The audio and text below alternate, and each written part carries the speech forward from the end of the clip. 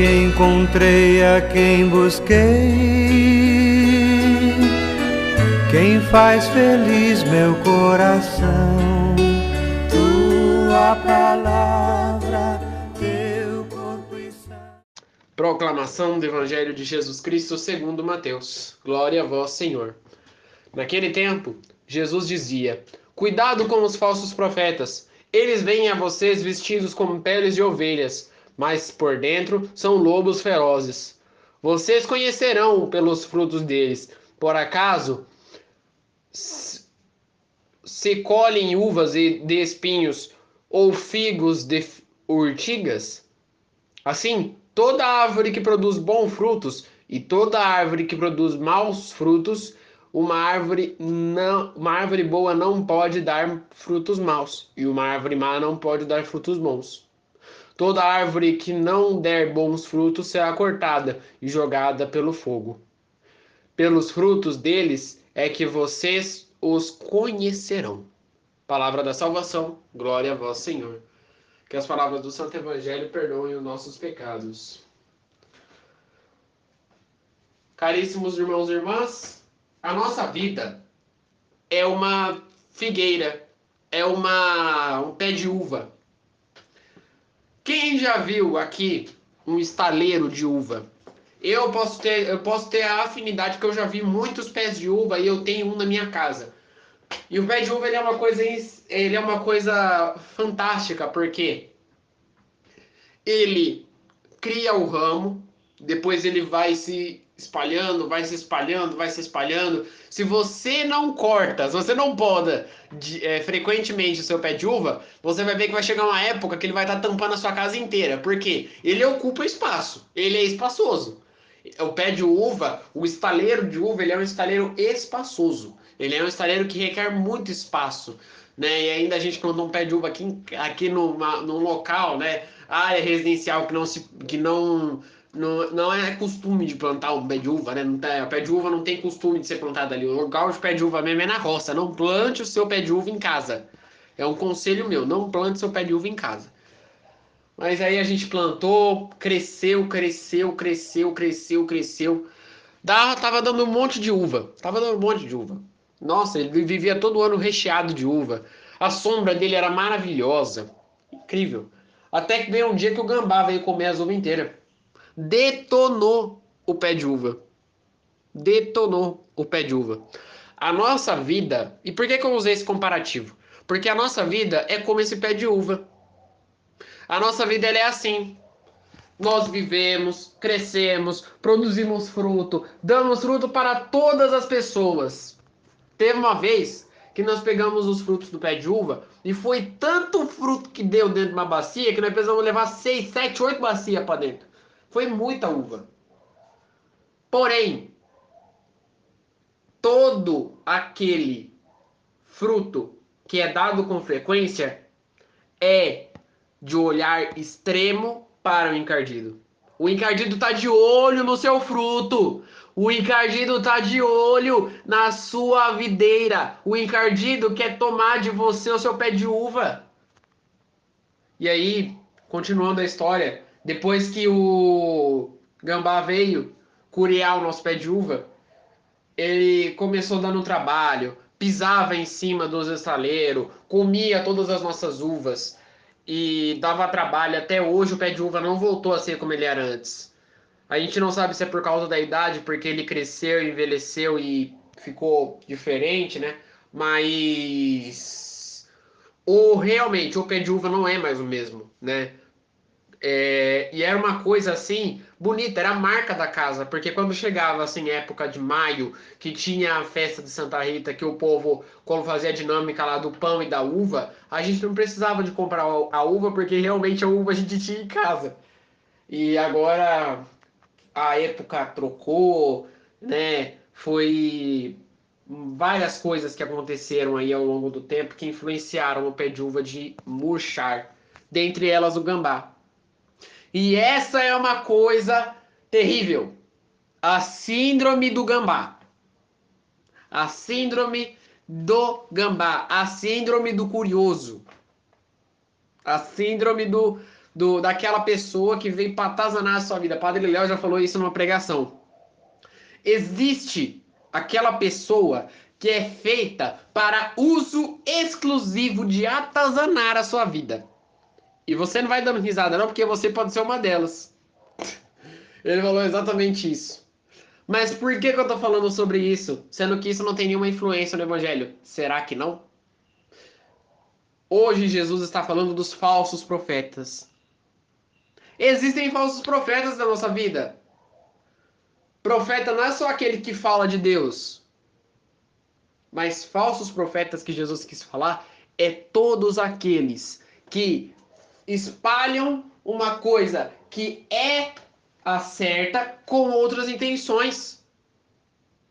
Ou seja, você querer fazer o bem para a pessoa, só que ao mesmo tempo querer prejudicar a vida dela. E aí você se mascara. A gente assiste isso muito na novela, né? A novela é cheia disso. É cheia de pessoa querendo prejudicar a vida do outro, né? Ir lá mascarada, né? Aí a pessoa, o fulano de tal, quando vai ver ele, oi, é meu amigo, né? De longa data, e aí, cara, como é que você tá? É, meu amigão do peito, dá um abraço, e se abraça. Falta pouco se pegar. Aí quando a pessoa sai, é agora que nós vai pegar ele, é agora que nós vai envenenar ele, né? Então vamos preparar a bebida lá. É cobra, gente. Cuidado! Nós estamos num mundo recheado de cobras na nossa vida. E não vem falando não que você pode ser uma delas. Você e todos nós podemos ser cobras na vida dos outros. Por isso, o evangelho de hoje nos alerta para falsos profetas e para nós não se tornarmos falsos profetas como eles eram. Jesus alerta porque uma árvore só produz bom fruto quando ela vive na graça de Deus. E quanto mais ela vai produzindo bom fruto, ela vai sendo invejada por outras pessoas. A inveja mata. A inveja mata. Você que tem inveja na sua vida, você que tem o fruto da inveja na sua vida, arranque-o imediatamente. Porque a inveja é um dos vícios da cobra, da serpente. Arranque ela da sua vida. Existem várias fórmulas para o sucesso da sua vinha, do seu pé de uva. Mas um deles é: não jamais deixe que a pessoa tenha olho gordo nas suas coisas. E o que é olho gordo? A pessoa olhar e ter inveja das suas coisas. Vocês sabiam que, dependendo da força da inveja, ela pode ser capaz de acabar com um pé de maracujá, acabar com um pé de uva, acabar com vários frutos. A inveja, e isso até agricultores, pessoas de... A minha madrinha lá de Minas falou várias vezes isso pra mim. A inveja, ela, dependendo de um certo ponto, ela pode matar uma plantação inteira. Porque quando a pessoa tá com inveja no seu fruto, ela vai querer fazer de tudo pro seu fruto dar ruim, pro seu fruto acabar. E aí, naquele ponto, o fruto acaba. Misteriosamente. Misteriosamente. Por isso, fiquem atentos com amizades na sua vida. Por quê? Como que a gente conhece uma amizade? E esse é o ponto final para a gente encerrar. Passos para conhecer uma amizade. Simples. Primeiro, viva em contato com Cristo. E em contato com Cristo o que eu falo é: reza o terço todo dia. Reza o terço. Por mais que você vá achar que não, o terço tem solução, você vai entender depois. Reza o terço todo dia. Converse com Cristo na hora que você acorda. Converse com Ele na hora que você dorme. Quando você for fazer amizade com a pessoa, primeiro olhe os dons que Jesus ensina. Jesus ensina uma amizade mútua, de forma que você doe para a pessoa sem que a sua mão direita saiba o que a esquerda está fazendo.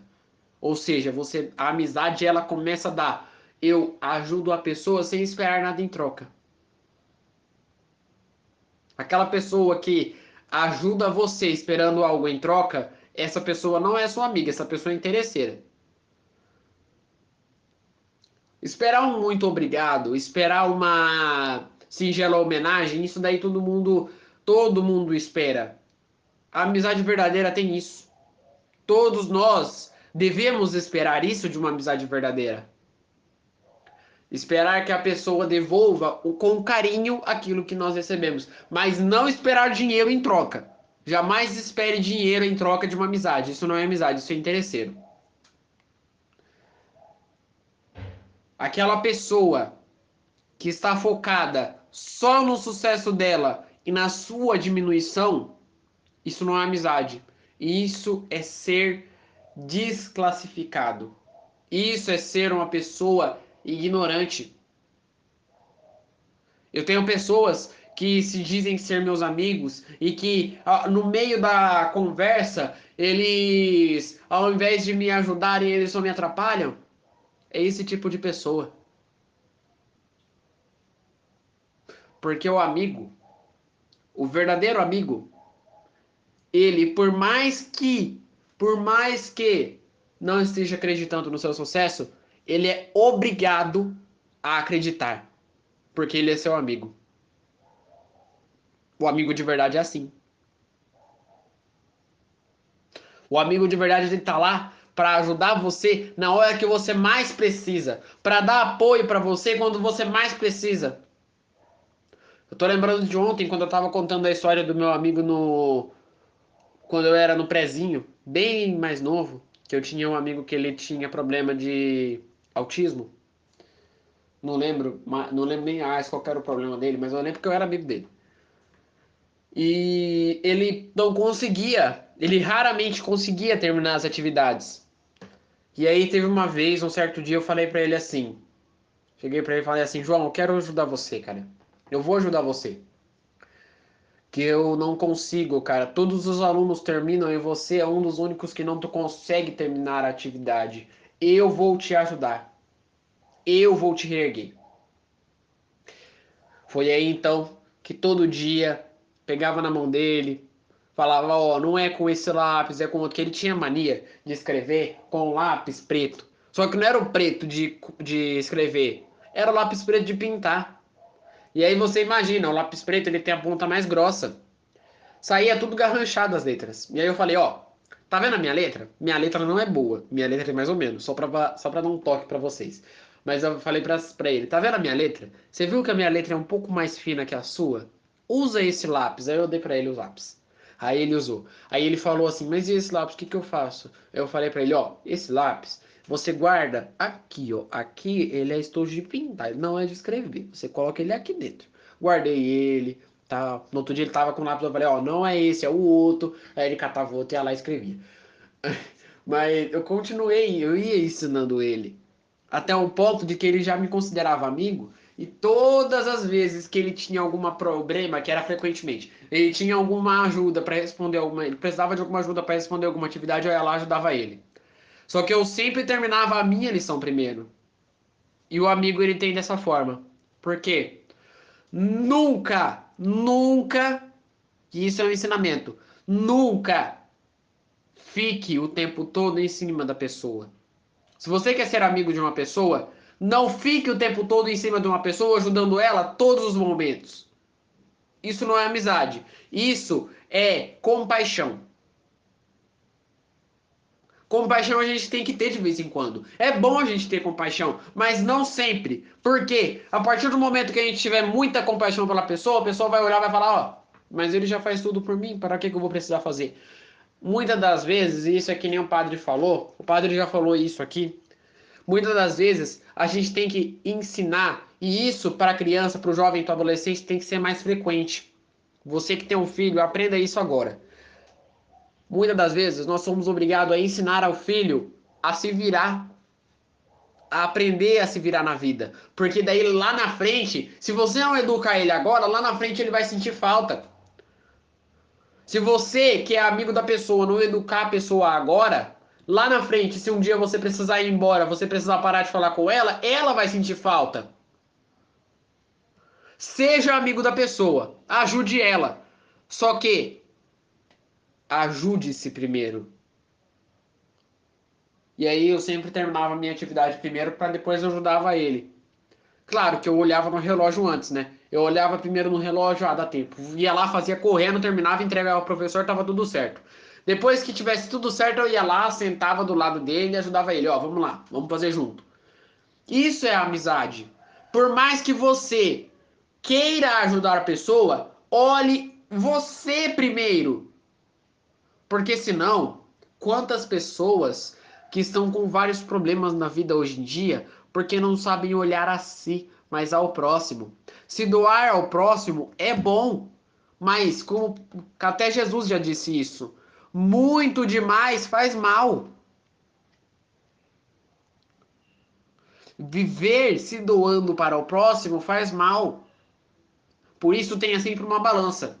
Eu preciso fazer a minha parte primeiro e com a minha parte feita, entender para ajudar ao outro.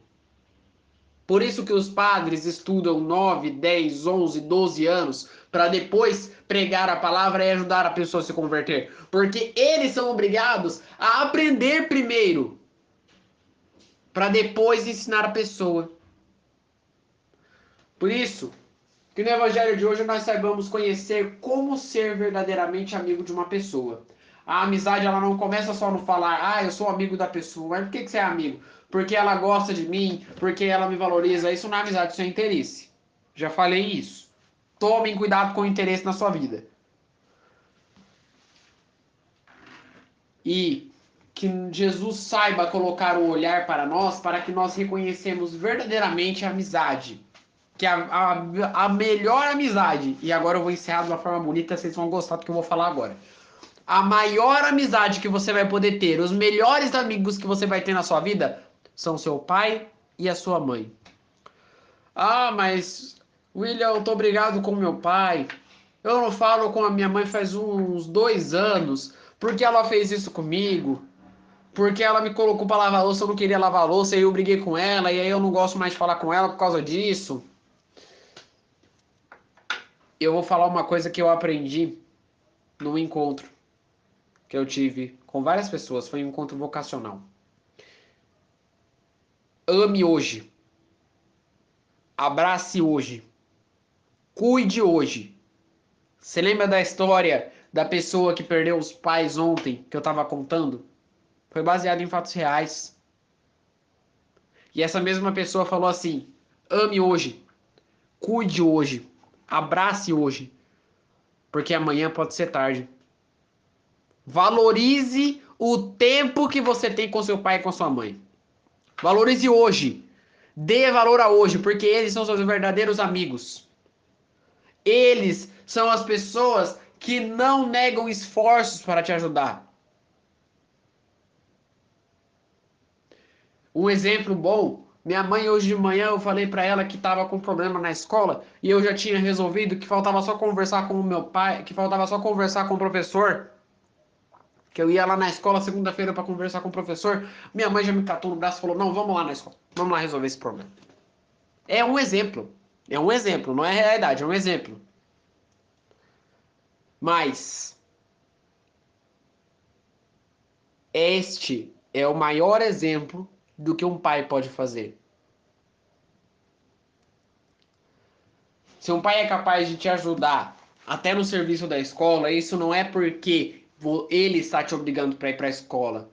O futuro é seu, você vai se você quiser. Só que, a partir do momento que você aceita, eles são obrigados a dar o apoio para você. Eles são obrigados a apoiar a sua decisão. Pai, quero ser isso, quero ser aquilo. Eu vou te apoiar, vou te ajudar, vou fazer você chegar lá. É isso. É isso que é a vida. Por isso que eles são considerados os melhores e os maiores amigos para o reino de Deus, né? Você quer ser amigo de uma pessoa, seja primeiro amigo do seu pai e da sua mãe, para depois ser amigo dessa pessoa. Faça amizade com o seu pai e com a sua mãe hoje. E aí eu vou deixar uma missão para vocês. Acabando esse vídeo, manda mensagem pro seu pai e pra sua mãe. Peça desculpas por tudo que aconteceu. Você que tá com problema, peça desculpas pro seu pai e pra sua mãe. Fala pra eles, ó, eu amo você. Eu te amo.